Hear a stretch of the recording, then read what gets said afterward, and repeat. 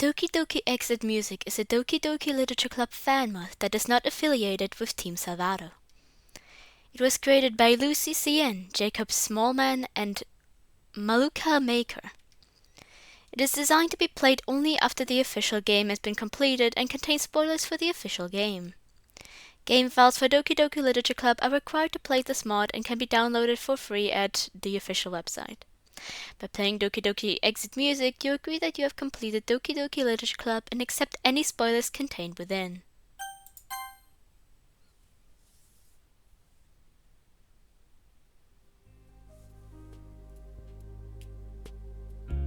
This game is an unofficial fanware created. Yeah. There we go. Greetings, I am Amy. Welcome to Doki Doki Exit Music. I know this is a pretty popular mod. I know a few things about it from my friends. For example, I know the other characters, aside from Natsuki, are quite mischaracterized. I've heard about that a lot. And I know the ending, but I don't know how we get to that ending. I've read somewhere that this mod contains like copyrighted music, so maybe sometimes you'll notice that the music cuts out and I sound different because I need to redo the take to make sure I don't get copyrighted. I know also about the Redux, but I kind of wanted to play both versions because I know my friend really liked the Redux and had a lot of problems with the first version, this one, but he still enjoyed the first version. So besides, it's a pretty popular mod, so I kind of wanted to go with it. Let me quickly change into full screen. And my Natsuki voice tends to be very loud. I'll try to tone it down a little bit. And I think this and the Redux are the only other mods I have like quite a bit of information on. Let's see. I'm kind of excited because I really like Natsuki. And I don't think we got a lot of time with her in the original game. So I'm going to turn the music a bit louder in my realm, in my headphones. Please enter your name. I like to pick names that I affiliate with the character. And with Natsuki I affiliate Ben. So let's go with that. Monday, Natsuki font. Oh, we are at the day of the festival. Okay. It's a bit. The air in here isn't very good. I might need to get up and try to fix that. It's the day of the festival. Of all days, I expected this to be the one we'd be walking to school with Sayori. But Sayori isn't answering her phone. I consider going to house to wake her up. It's not a big deal to at least wait for her or help her wake up. Even the simple gesture of walking her to school makes her really happy. Besides, I told her yesterday that things will be the same as they always have been. That's all she needs and what I want to give her.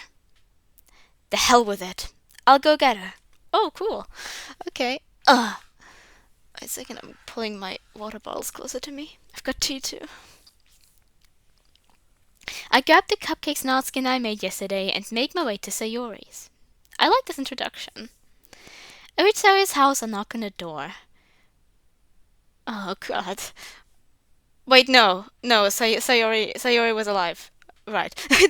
I know that much, I'm pretty sure. I don't expect an answer since she's not picking up her phone either. Like yesterday, I opened the door and let myself in. She really is a heavy sleeper. I swallow. I can't believe I ended up doing this after all. Waking up in her own house. Isn't it more like something a boyfriend would do?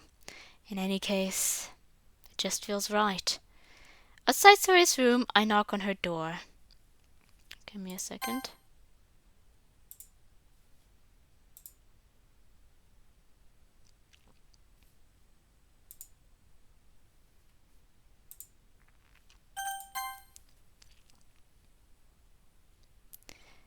Outside Sayori's room, I knock on her door.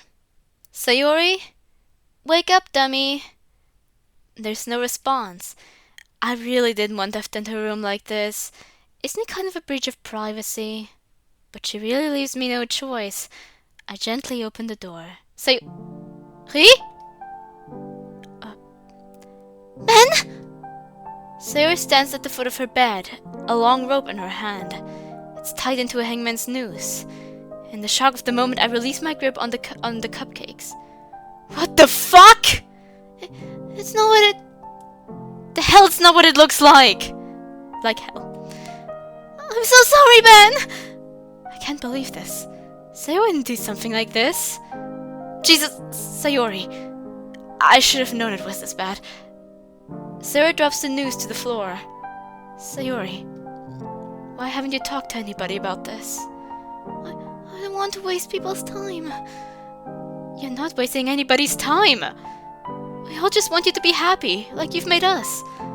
You really deserve to be happy. I know you don't think that now, but... well, it's the truth. And I'm determined to help you every step of the way. But to start, you need to talk about this. I can't. There's a short pause. All is silent aside from Sayori sobbing. I was about to do it, Ben. I'd never see you again. Sayori, could you imagine if I'd found you like that? Sayori, listen, it doesn't matter what you are going through, you'll always have a reason to stay with us. If there's only one thing worth living for to you, then you need to hold on to that. And I know there is. You told me yourself yesterday. Ben. She releases her grip on me and backs away. We know it'll be tough, but I'll be there for you. We all will. No matter what. Ben, don't. Now listen to me. You need to talk to somebody professional about this. I'm not taking no for an answer, Sayori. I don't like those types of things simply because my personal experience with therapists and mental hospitals and all of that. Not really just mine, but mostly from friends, because I got to know a lot of my friends from my support group, and from personal experience, this is not really a good approach to it. I just needed to say that. Because I was kind of worried this was going this direction. As soon as he said, you have to talk to somebody. I get that you should at least try. It's at least worth a try. I'm sure there are good ones out there. But I really don't like the idea of forcing someone. Oops, I dropped something, shit. I don't think I'm ready. We can go another time. Not a chance. Ugh. Cool.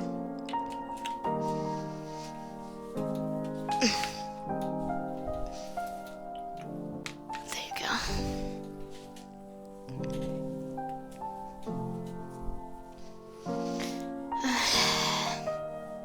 Yeah, no, I don't like the idea of that. Simply from a personal perspective. You seriously need professional help as soon as possible. We're leaving now. I don't know if I can. Sayori, do it. For me, if not for yourself. She sniffles, wiping her face with her sleeve. Okay. Come on, let's go. To the doctor's. We'll take the bus. And the festival. Screw the festival. You're more important to me than that. Well, I need to get changed first. Oh, of course. I nod and take a step outside the door, reaching down to pick up the rope first, taking it with me just in case. She gently nods, shutting the door in my face. I'm a little anxious, leaving her alone right after something like this. Regardless, she needs her privacy. I kneel down, beginning to clean up the cupcake massacre, littering the floor with a towel. Natsuki's going to kill me. I return downstairs and untie the noose, dropping the loose rope in the trash. I linger downstairs for a minute or two before heading back upstairs. She's probably ready by now. I knock on Sayori's door and she answers. Ready? Sayori nods once, her eyes glued to the floor. This is what's best for me, right? She stares at me, expectant of an answer. I feel uneasy, but answer anyway. I know it is. Come on now, let's get going.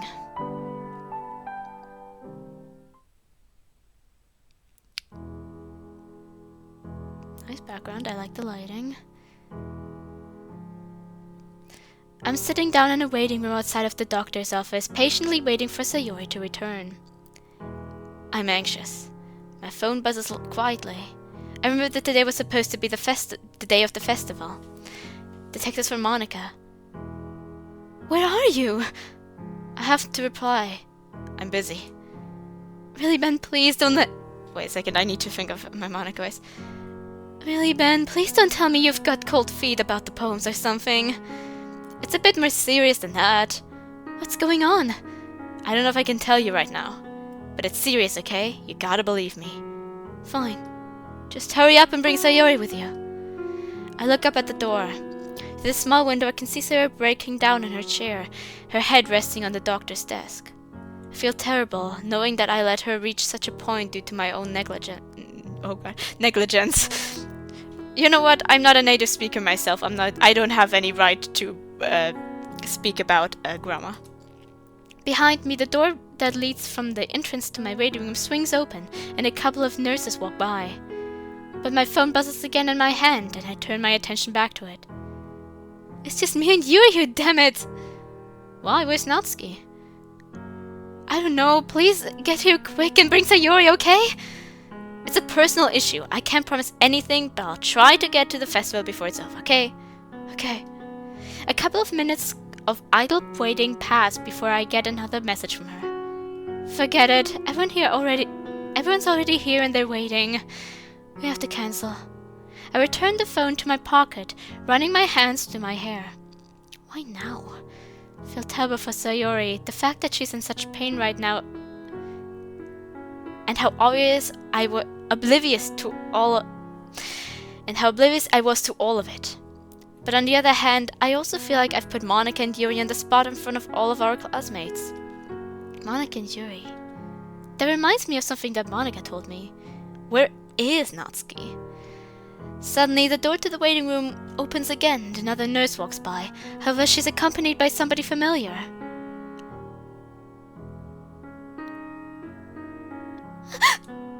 Natsuki, are you okay? She quickly turns and runs back the way she came, exiting the hospital in tears. I jump out of my seat to speak to her, but I notice the nurse staring at me suspiciously. I take a seat once more, anxious now about Natsuki's well-being as well as Sayori's. Excuse me, what happened to her? She explains how Natsuki wandered to the hospital, bloody and bruised, looking for help. Poor Natsuki. She then cautiously asks if I had anything to do with Natsuki's injuries. Christ, no! I don't even know what's going on! I had to bring my friend here. She tried to... I stopped myself. I doubt Sayori would want me to talk about her struggle so openly. Not now, anyway. Well, listen, it's serious, okay? I bite my lip as the nurse continues on her way. My phone buzzes again. Are you sure you don't know where Sayori or Natsuki are? I already told you I don't know. I can't tell about Natsuki either. Chances are it's her own personal issue and she'd deal with it in her own way. Still, maybe I should text her. It doesn't matter anyway. We had to cancel our performance. People are complaining about the cupcakes not being here. Yuri's gone for some fresh air. Jesus, I'm sorry, okay? Hands are tight here. I can't do anything to help right now. Okay, whatever. Thanks a lot, Ben. I sigh. Now I've pissed Monica off because I couldn't bring myself to tell her what happened. I decide to text Natsuki quickly about what I just saw. A couple of minutes pass with no response. The message doesn't even mark as read. The office door swings open and Sayori emerges. Ben, are you okay? Not really. I'm just stressed out. How are you? I I don't really want to talk about it. Are you sure?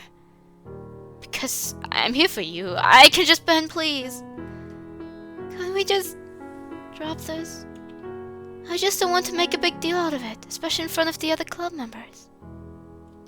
Stand up. Sayori, I don't think you understand how big of a deal this really is. You really you nearly killed yourself. I think you should go home and rest for a couple days, okay? I guess I'll have to, right? Sayori lets out a small bout of almost nervous laughter. It's a good idea, at least. You know that. But what about the festival? I hesitate. I don't want Sayori to feel like it's her fault that the performance was cancelled, so I decide to stay with Natsuki's absence. Well, Natsuki didn't actually show up either. Monica had to cancel the performance, unfortunately. You didn't tell her, did you? About... I didn't. Unless you want to talk to her about it yourself, she won't know. Okay? Sayori nods. I think I'll tell her. So she knows why her plans for the festival were ruined. I can tell what she's going to say. It wasn't your fault, Sayori. None of this is. Sayori grasps my hand tightly, crushing it with a vice-like grip. You can talk to her if you really want to. Hell, she'd probably be able to give better advice than me. Maybe... Did you tell my parents? I sigh. I did, yeah. I'm sorry though, I felt like I had to, and thanks. I was scared I'd have to tell them myself. Sarah glances downwards to the pristine floor. I love you, Ben. Despite her condition, I can't lie to her. It would be unfair on her end to have her hopes disturbed like this. Like that. I keep my mouth shut. A minute or so passes. Anyway, we should get going. There's no point going to school now. Why? What time is it? It's about midday. We missed the festival, and if we turn up now, Monica's just gonna get mad at us. Come on, I'll take you home. We can talk some more there. She gently nods, following my lead. We exit the hospital and ride a bus back to her house. I decide to stay with Sayori in her house, just to make sure she's feeling better. We have at least a few hours together, but we spend that time talking and watching shows together. Mother arrives first, thanking me for letting her know of what happened. I tell her that it's no problem. Oh god, I feel like today's even worse with jumbling my words. She tells me that Sayori's father's on his way and that I'm free to leave if I want to. After I'm sure she's safe, I leave her with her mother and head home. Entering the kitchen, I flick the light on and start to make myself a sandwich, cutting up a tomato. However, I start to wonder about Natsuki. I remember the time I spent with her here, our little scuffle over the cupcake's icing. But that bruise, that nosebleed. What the hell happened to her? And who in their right mind would do that to her? Possible reasons for injuries begin to circulate inside my head. Maybe she just fell over? She could have gotten into a fight with another classmate of ours? Or maybe... No. Surely not. Maybe I'm just overreacting to the situation. It's been a rough day, after all. But something she told me while we were reading manga together sticks in my head. I don't even know what my dad would do if he found this. I shiver at the thought. It's the only real reason that I can come up with for Natsuki's terrible injuries. I also noticed that while I was distracted, I'd accidentally cut my finger open while slicing the tomato. Ah, crap. I wrap my finger in a paper towel, letting the few drops of blood soak into it. Throwing the paper towel in the trash, I think back to Natsuki. I decide to ask her about her father next time I see her. Even if she assures me that I'm wrong, at least I'll know. I eat my sandwich and head upstairs to my room. I collapse onto my bed, exhausted from the stress that the day had brought me. I drift into unconsciousness within minutes. Which could have a Tuesday. Okay, it's Wednesday. Oh, hi Ben. I forgot my Yuri voice too. I haven't done this in a bit. Hi Ben. I'm back at the literature club. Craning my neck, I look around the clubroom. It's empty. You and I are the only people here. I leave the classroom door open, expecting the other members to arrive shortly. Hey Yuri. I sit down on the desk next to her, unpacking my stationery kit as she did with her own. Listen, I know that Monica cancelled the club yesterday, so I didn't get a chance to talk to you. Oh, okay. So I just wanted to say that I'm sorry that she had to let our little presentations go. Don't worry about it, Ben. Monica told me that it wasn't your fault you couldn't come. She said it was something serious. Yeah, it was a bit of an emergency. I decide to play down the situation in case Yuri doesn't know the full story. I don't want to worry her after all. Are you alright? Me? I'm fine, don't worry about me. It was someone else. Someone close. I see. Well, I hope everything works out well for you and your friend. I hope so too, Yuri. A month passes of complete silence. Yuri has sat down on her desk, still reading. The class is still empty aside from us. So, Yuri? Yuri jumps in her chair a little, startled by my interrupting the silence. Yes? You haven't seen Monica today, have you? I'm afraid not, Ben. She's been in a mood since the festival, unfortunately. Not that I mean to be so rude about it. It did mean a lot to her, after all. I know it did. That was why I wanted to speak to her. I may have explained why Sayori and I were absent, then she might forgive me. Well, the both of us. But I promised Sayori I wouldn't say anything to Monica. Has Monica said anything about me since the festival? Not really. I mean, she did complain that the three of you are gone. I was kind of thankful that we got to cancel. Not to ruin Monica's plans, though. I'd never do such a thing intentionally. I know you wouldn't, Yuri, don't worry. I can tell you're too good a person to be so mean. Besides, you have no reason to want to sabotage her like that. Right? Yuri falters for a moment, lost for words. Not at all! It's just that... I don't even know if I should be telling you this. Well, I overheard Monica talking about you and Sayori to one of her friends. I wasn't eavesdropping, though. What did she say? I heard her mention that the only good reason to cancel the festival was if somebody died. What? Monica wouldn't say something like that, right? Depends what universe we're in, and Monica's current mental state. She's a sweetheart. Besides, not only is it egocentric, it's insensitive. Even if she didn't know about Sayori, it felt like it was too close to reality. Wow, that's harsh. I doubt she meant it though. What I mean to say is, she was in no position to say that. I understand that she was frustrated about it, but there's never a good reason to say such horrible things about... Yuri's words get caught in her throat and she retreats to the confines of her book. I turn and see Monica standing in the doorway, giving Yuri an intense glare. She doesn't dare to meet Monica's gaze, instead concentrating on the portrait of Markov. I wish I could do the same. I swallow. She houses and starts talking. Where's Sayori? And Natsuki? She stares at Yuri intently. Monica's presence intimidates me.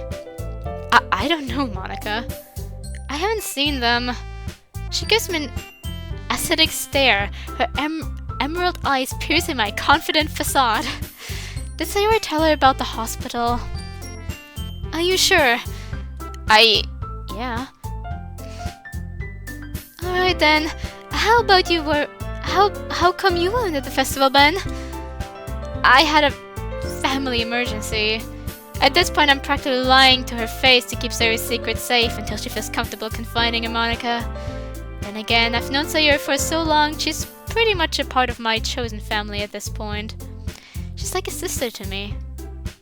Kinda can see that, yeah? So it's more stretching the truth than it is lying to her. Well, that's what I'll tell myself anyway. Right. Monica's not having any of this. Even if she doesn't know what's actually going on, she must know I'm lying to her. But for Sayori's sake, I have to keep faith for her.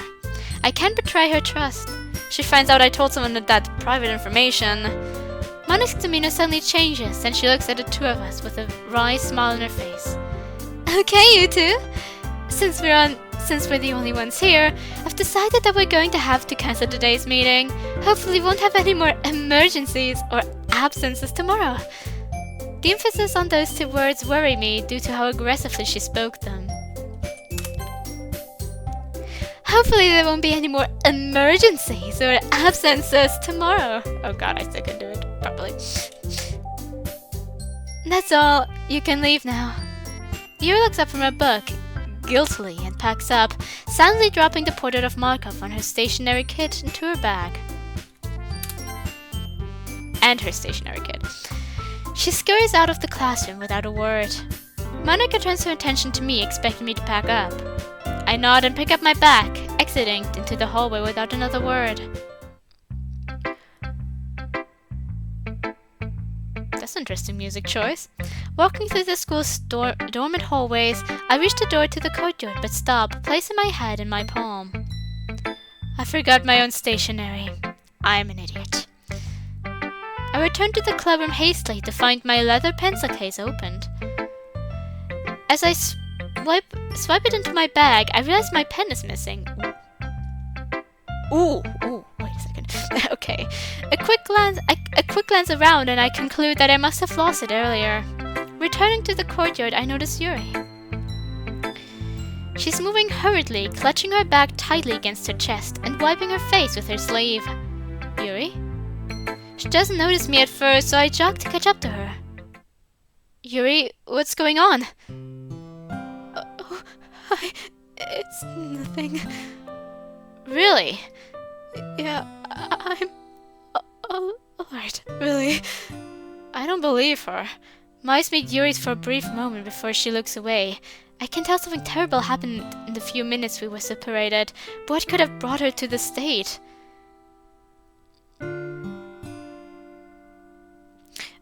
I take hold of her shoulder to try and slow her down so she can face me. She jumps but complies as she comes to a halt at the school's entrance. Yuri, whatever's on your mind, you can tell me. I'm your friend after all. It's not much. It was just something that Monika said. Monika?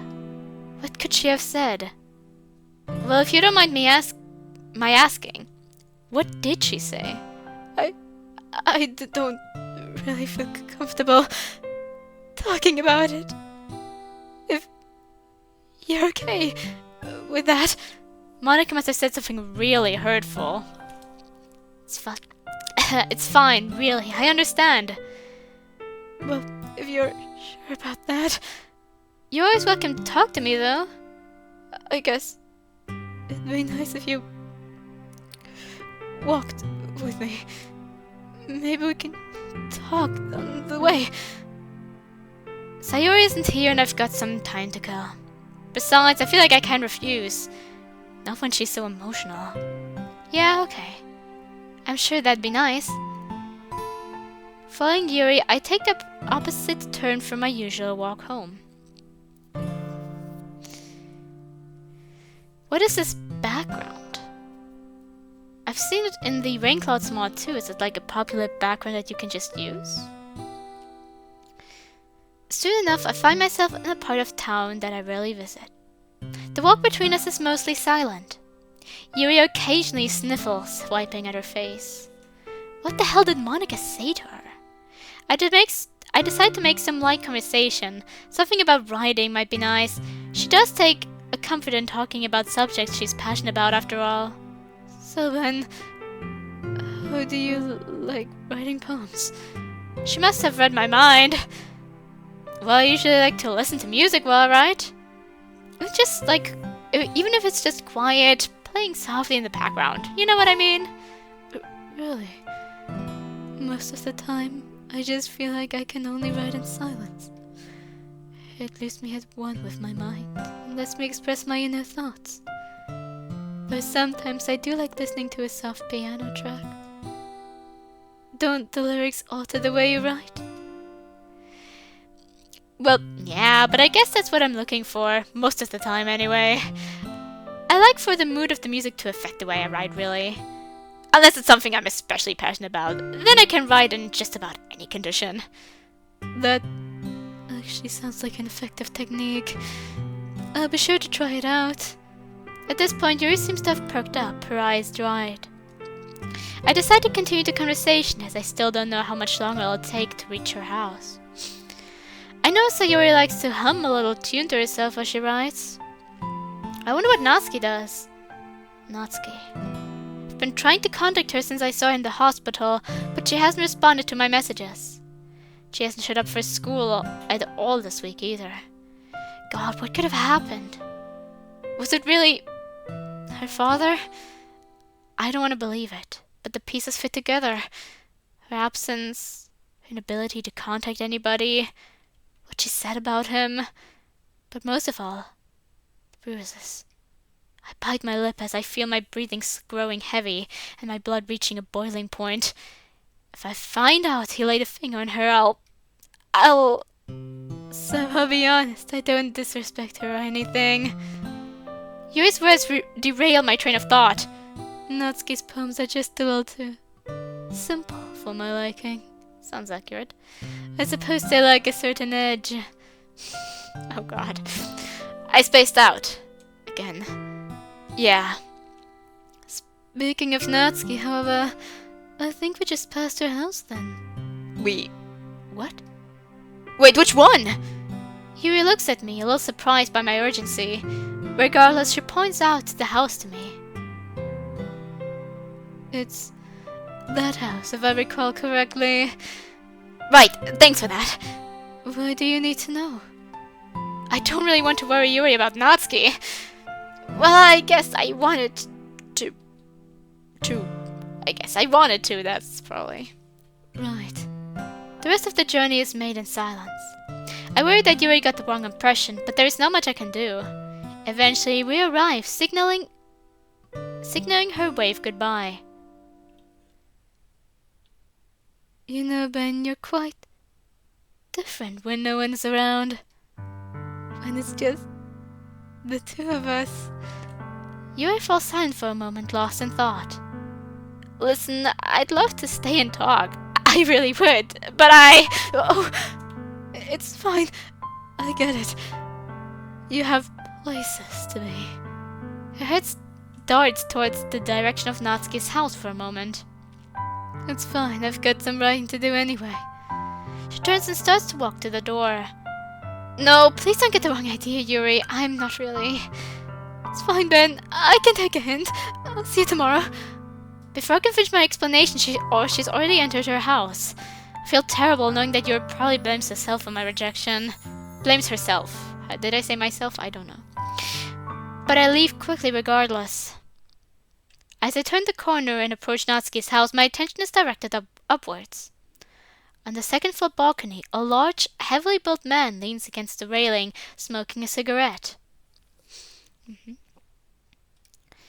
Is that her dad? Jesus Christ. He's on the phone, and I can't help but overhear his conversation. The man mutters something about having business to attend to, but promises to be wherever the caller wants within the hour. My stomach sinks. Business? If he means what I think he does. Backtracking Yuri's route, I make my way back to school and then to my house from there. Fumbling for my keys, I unlock the door, enter my bedroom and hurriedly get changed out of my uniform and into some dark clothing.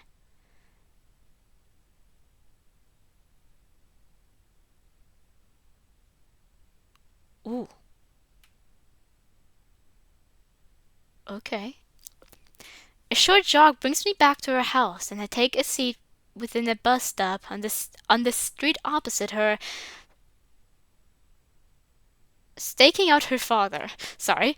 I ponder over if he's already gone, perhaps, and I missed him while leaving, or maybe he's still dealing with business. After a few minutes, however, I'm proven wrong by the sound of an engine revving up and a new, expensive-looking performance car emerging from the driveway of Natsuki's house. Oh, I'm bad at reading. I'm so sorry. Ugh. It speeds away and around the corner within seconds, and once I'm certain that it's gone, I move over to Natsuki's house and ring the doorbell. I wait. Nothing. I press down on it again. Once more, no answer. Growing ever anxious, I knock on the door heavily, aggressively banging my balled fist into the door. A moment of silence. Then, from a second-floor window, I see a curtain pulled back, a flash of pink, and just as quickly it's replaced once more. I watch it intensely, waiting for any sign of movement till I hear the sound of the door chain being unhinged and the deadbolt turning. My heart is ready to jump out of my chest. I don't know what I'll be greeted by, but I await it nervously. Ben? Okay.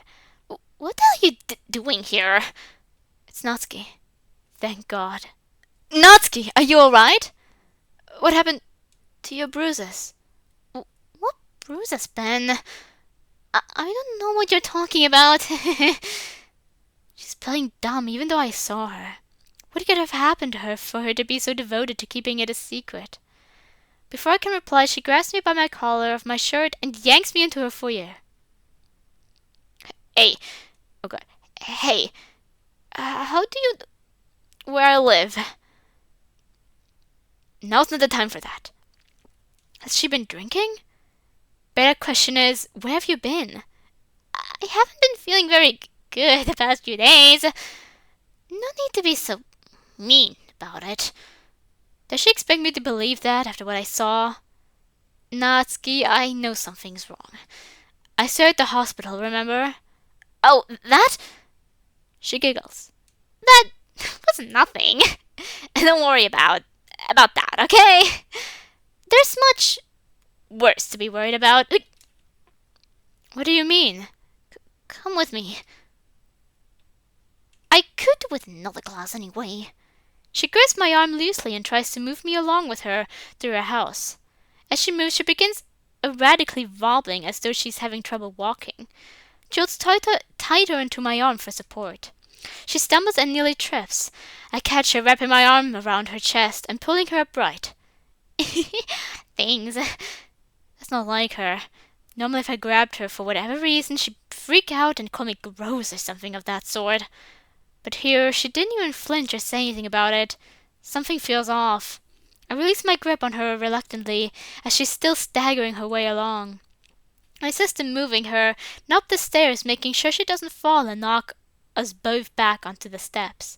We finally make it up the stairs, and Natsuki guides me to her room.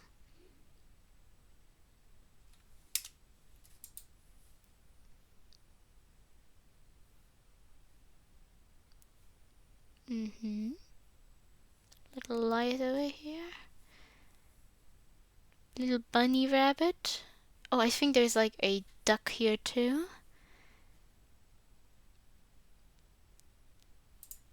Her room is a mess. There's a pillow here maybe, but aside from that, I don't think it's that messy. Like with Sayuri, there were like papers on the floor and clothes lying about. The bed is a bit messy maybe. Her floor is littered with small ripped up pieces of paper. Oh, well, okay. Picking one up, I recognize one of the protagonists of Parfait Girls. The cover is a heavy laminated cardstock, and it's ripped in two. There's no way Natsuko is able to tear that in half herself. Not only that, but she had no reason to either. But I could think of someone who does. There's a large bottle of red wine, cap opened, lying on its side on her bed. Only a small drip escapes, staining her bedsheet crimson. There can't be much left of it. I knew she'd been drinking. I could tell from the moment she opened the door. Natsuki, you haven't drunk all of that yourself, right? She looks flustered. Of course I have, you dummy. That's a bit much, isn't it? Especially if you're like my size and around like the body weight. Yeah. That doesn't matter. I haven't even finished anyway. She retrieves the bottle from the bed. I reach a hand out to take it from her. Natsuki, nuh-uh, it's mine! She holds the bottle just out of reach and tries to push me away. She's too weak, however, and I simply move her arm aside. Come on, that's enough. Ben, please. I need this. Something about the way she said that sent a pang of dread through my body. Before I can reach my arm out to stop her a second time, the remainder of the bottle's contents are gone. Looking at her bedside drawer, I see Natsuki's phone. It is overturned, so I can only see her case. The case is glittery and pink. This drink is nice, Ben. Natsuki, talk to me. I know something's going on with your dad. Please, I just want to help. But I can't if you won't tell me what's going on. This is all the help I need. She collapses onto her bed and giggles.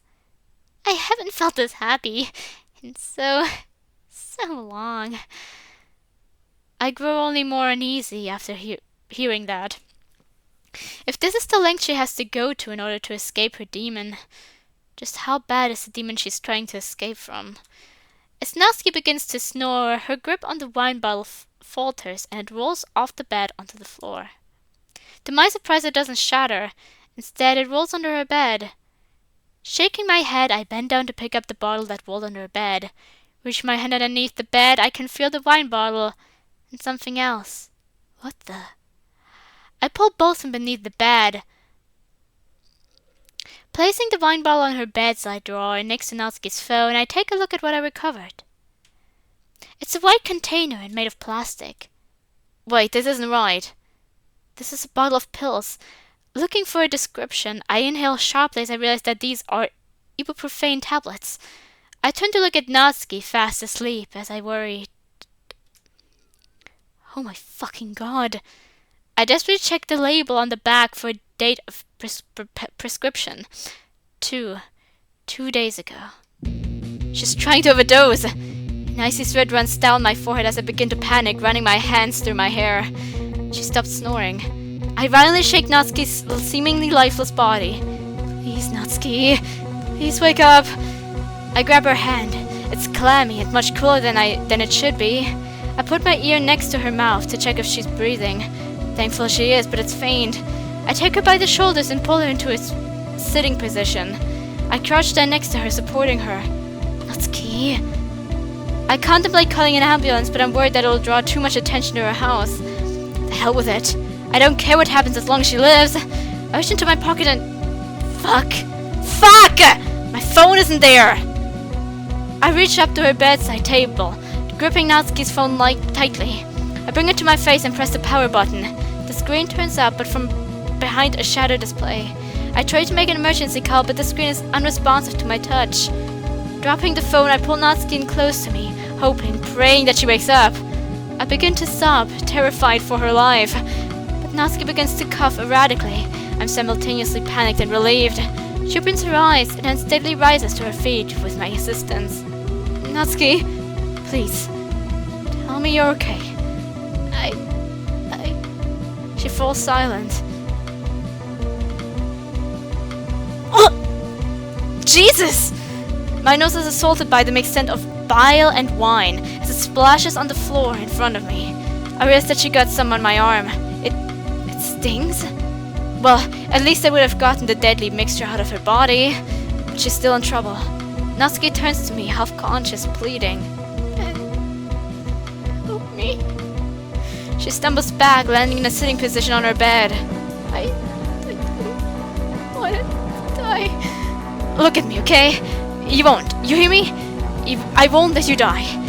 Natsuki, listen to me, okay? I'll be right back. She nods weakly, barely aware of her surroundings. I need to find her something to eat. Hopefully it should absorb what's left of her alcohol. Bolting down the stairs, I reach the kitchen within seconds. I swing open every cupboard I can see, along with the refrigerator. Nothing. Not even a slice of bread. When did Natsuki last eat?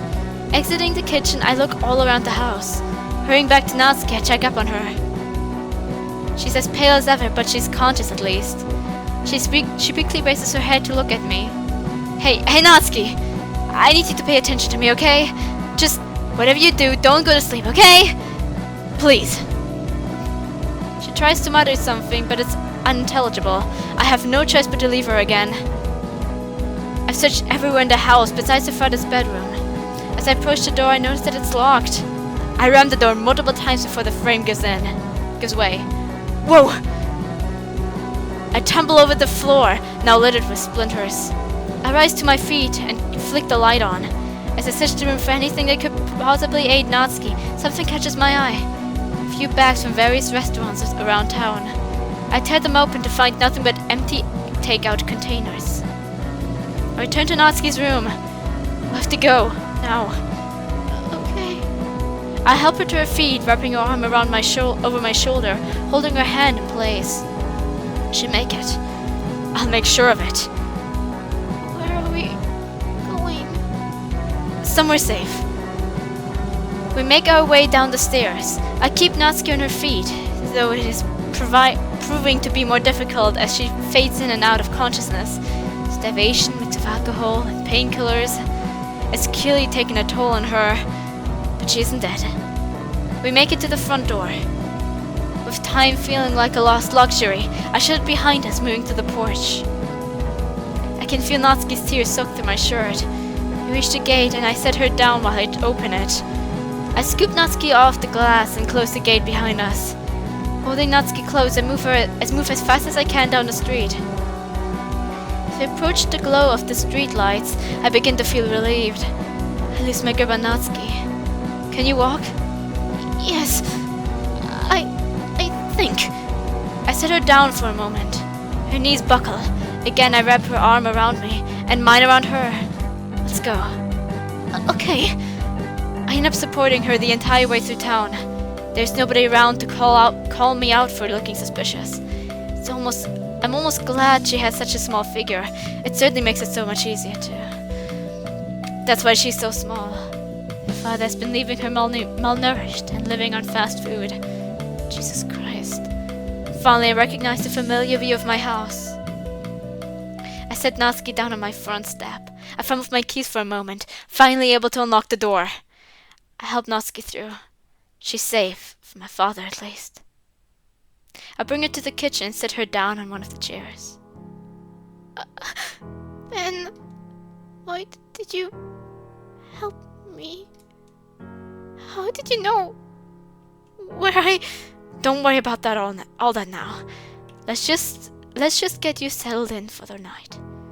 I'm worried that it'll be longer than one night. I have a spare bedroom in my house. She'll be able to sleep there. I searched through my pantry and my fridge for something she may like. I decided to just make some toast and chicken noodle soup. Is that chicken noodle? I haven't had that in so long. Her words break my heart. How long? How long has she lived like this? I watch the clock as Natsuki eats. It's late. Now that the immediate panic is over, as the poor Natsuki is still drenched in her own stomach aid. Acid. Her own stomach aid. Oh God. Natsuki, I'm going to need you to get changed. What? Not here, silly. I mean, you can get changed in the spare bedroom. But I don't have any of my clothes. You'll have to borrow some of mine. Okay. But only because I have to. Natsuki seems to be in much better shape after her meal. She stands up from her own accord to return her bowl to the kitchen counter. She moves slowly but deliberately. Despite the stink of bile clogging up my nose, I'm relatively calm too. Natsuki's skin tone has returned to normal, mostly. She still looks scarred by the night's experiences. Once she returns empty-handed, I ask her to follow me to her room. Come on, I'll show you where it is. Natsuki timidly complies, wrapping her arms around me. But this time, it hurts. I inhale sharply. Are you okay, Ben? My shoulder's in pain.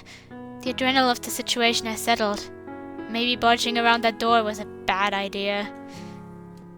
Do people... Yeah, certainly there are people who due to adrenaline don't feel any pain. Or rather the endorphins, not exactly the adrenaline.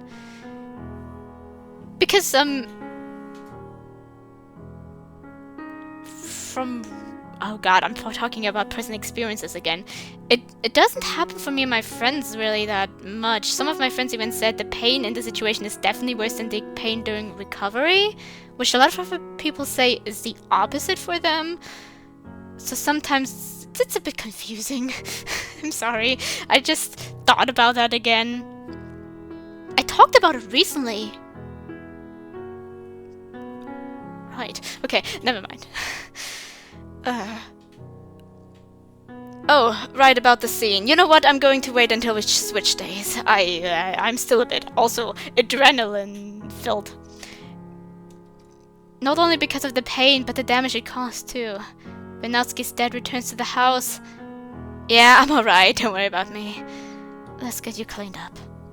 There's a shower in the guest room that you can use. You reach the guest room, located across the hall from my own bedroom. Oh, that's a nice room.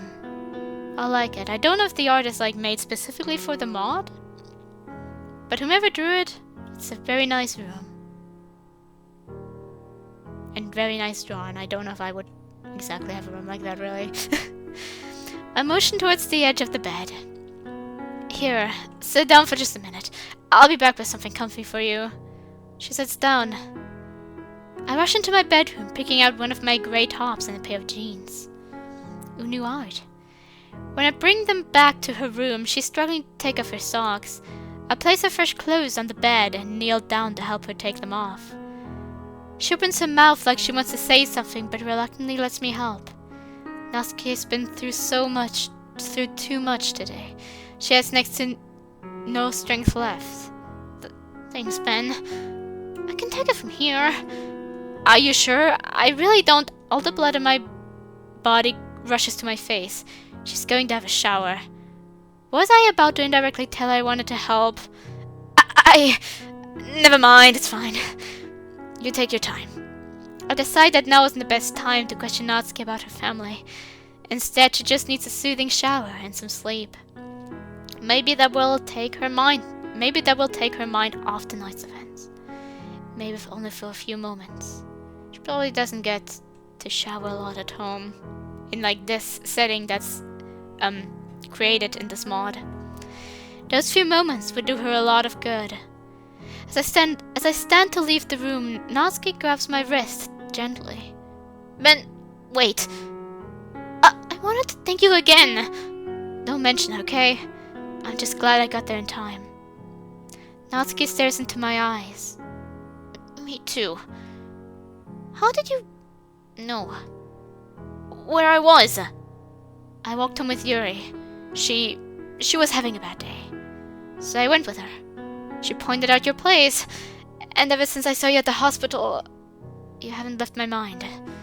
That's why I decided to go. I tried calling you God knows how many times, but you never answered. I cast my mind back to Natsuki's rack of a phone. I guess I know why.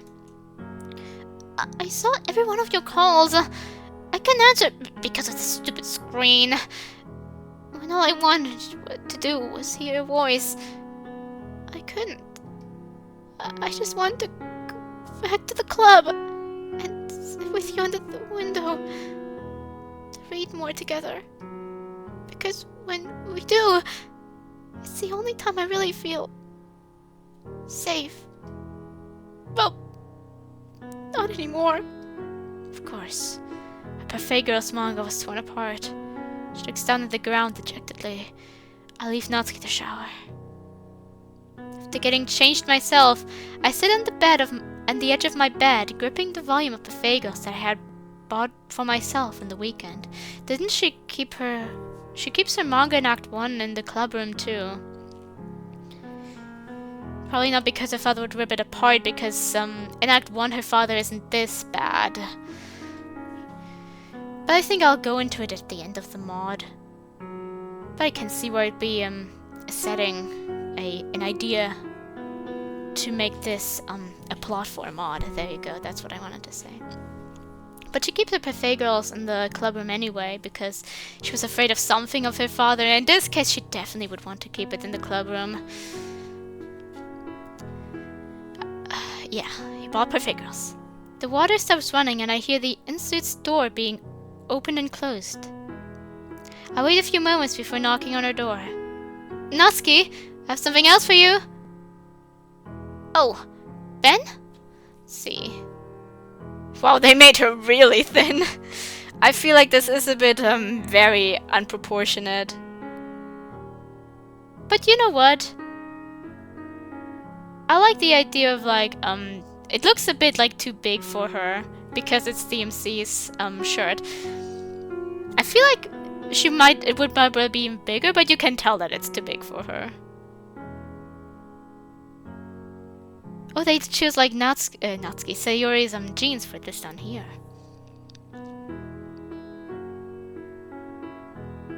It would be a little bit wider, even if she is starved. Well, whatever, I can work with that. I'm not the best artist either, of course, so... They changed the shading here. Cool. Oh. Ben? Natsuki opens the door, looking healthy again. She's out of her dirty clothes and is now wearing my shirt, along with her own pants. The top doesn't fit her very well, though. This shirt's massive on me. I could get you a smaller top of mine if you... I like it. You don't need to, Ben. Are you sure? If it's large, it would especially be like hang more into the sides. It feels a bit very profound on her chest. I think that's what's ticking me off a little bit. Are you sure? Yeah. I present the manga to her. I saw what happened to your copy Perfegros back at your place, so I thought I'd just drop my own in for you. So you can read it, if you want. Natsuki gives me a weak but sincere smile. She reaches out to grab the manga. I'd love to, Ben. Instead of pulling the manga from my hands, as I expected, she grabs my wrist and tries to sit me down on the bed next to her. But only if we read it together. It's the least I can do to make her happy. She needs it. So do I, in a way. First having to deal with Sayori attempting suicide. Then Natsuki. Yeah, oh god, I feel very bad for him. This must be very, it's very, stressful. And in such a close time period. God, how terrible must her home life have been for her to want to escape it like that. Well, I can take a guess, considering the complete lack of food in her house.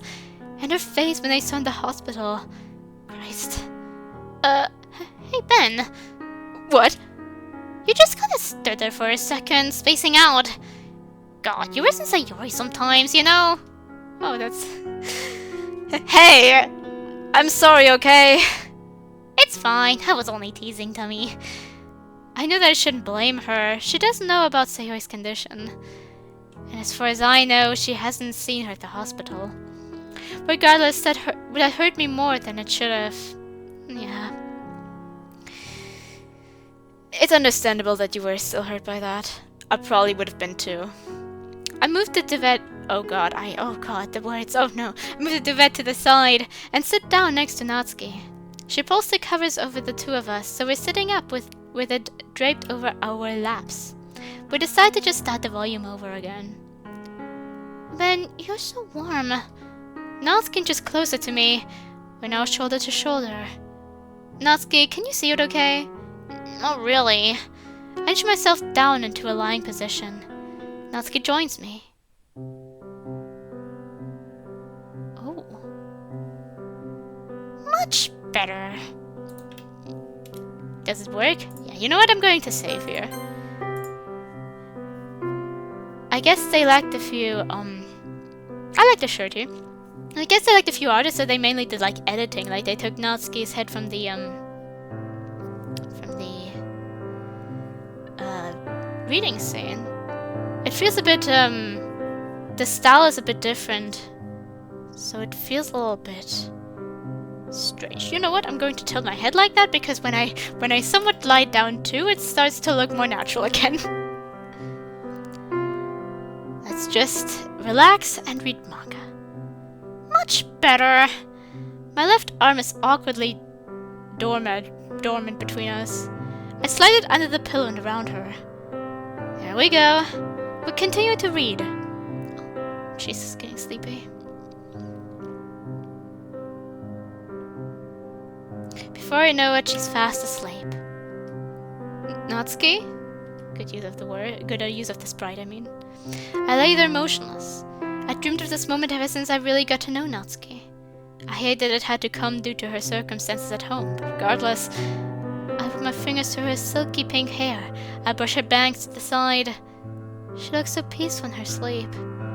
What is this feeling? I feel a lump in my throat. Just the sight of her is enough to make my heart pound. I don't recognize this. My chest is heavy. It feels like there's a weight on my ribs. It's hard to breathe. This is the happiest moment of my life. As I drop the manga to the side of the bed, not even reading anymore, I drift off to sleep. I'm jerked awake by the sound of crying. Confused, I open my eyes and turn to look at Natsuki. She's clutching the sleeve of my shirt, holding me tighter than before. She's sobbing into my shirt ferociously. I think there are like slight tear marks. Yeah, there are. Natsuki, you... I realized that she's still asleep. Sighing, I lament over Natsuki's nightmares.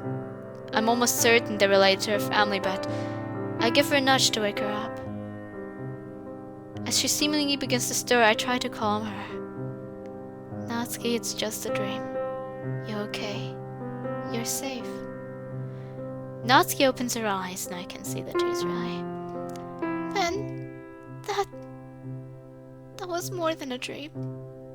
I watched my dad kill you. I watched him torture you for saving me. He kept telling me this was my punishment for leaving. Ben, you shouldn't have helped me. This was wrong. This is wrong! Why, Ben? Why'd you have to get involved? I can't let you do this. Natsuki jerks away from me. Natsuki, do you want to know the real reason I showed up at your house? I missed you. I missed reading with you. I missed reading your poems. And after the hospital, I knew something happened. I had to make sure you were okay. I was worried sick for days. I felt I had to. I'd do anything to ensure your safety. I'd gladly be tortured if it meant you would be happy. Anything, Natsuki. Do you understand me? I'll do everything in my power to keep you safe. If my words right now aren't proving I mean it, maybe this will. I rise to my feet and walk to my room. I flick my light on and riffle through my bag. Ah, there it is. Oh, her poem, right? Oh, no, a poem from him! You. I don't know what's happened, or where you have been. All I can think about is bruises on your skin, the blood on your nose dripped onto your clothes.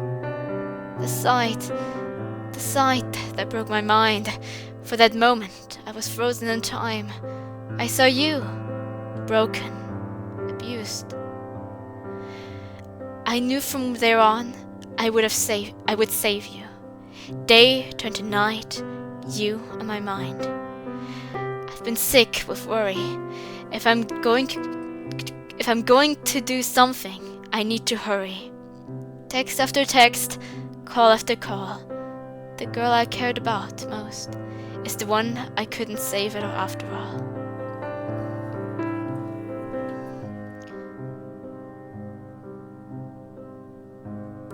It certainly fits Natsuki's style the most.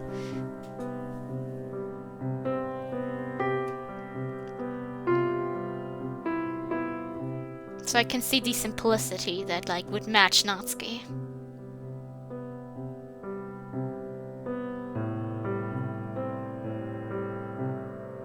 I feel like I've seen something like this before, but I think it was actually a poem of a friend about something else. And it was designed a bit differently.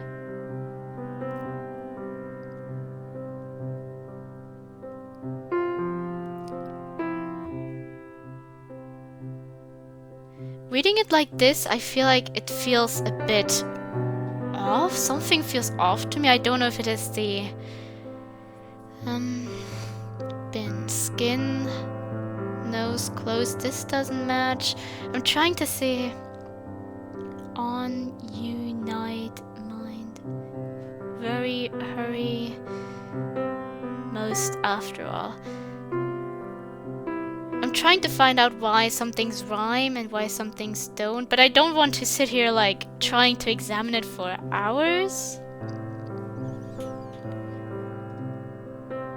But I think it's the rhymes that throw me off a bit, because like nose and clothes also seem to rhyme a little bit, but it's not like different lines.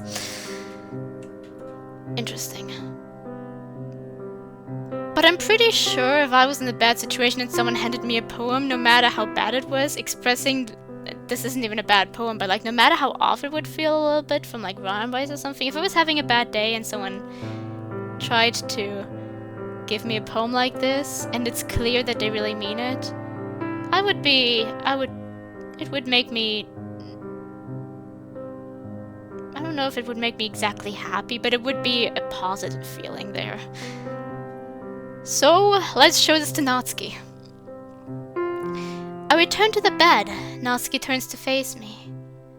I hand her my poem. Natsuki reads, wiping her eyes as she does so. Then, Natsuki leaps from her bed and embraces me tightly.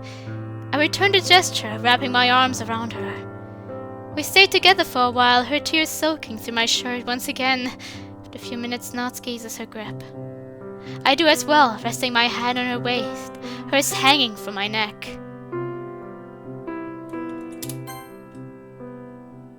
Okay, I wanted to imagine it like really clearly. Natsuki lifts herself up onto her tiptoes and perks me on the cheek.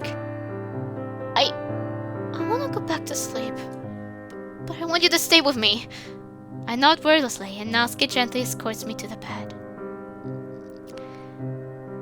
Laying my head on the pillow, she keeps her arms wrapped around me. We drift into the void of unconsciousness together. Thursday. I still want to talk about the tense scene, so I'm going to do it real quick, although okay, there's no sound, that's cool.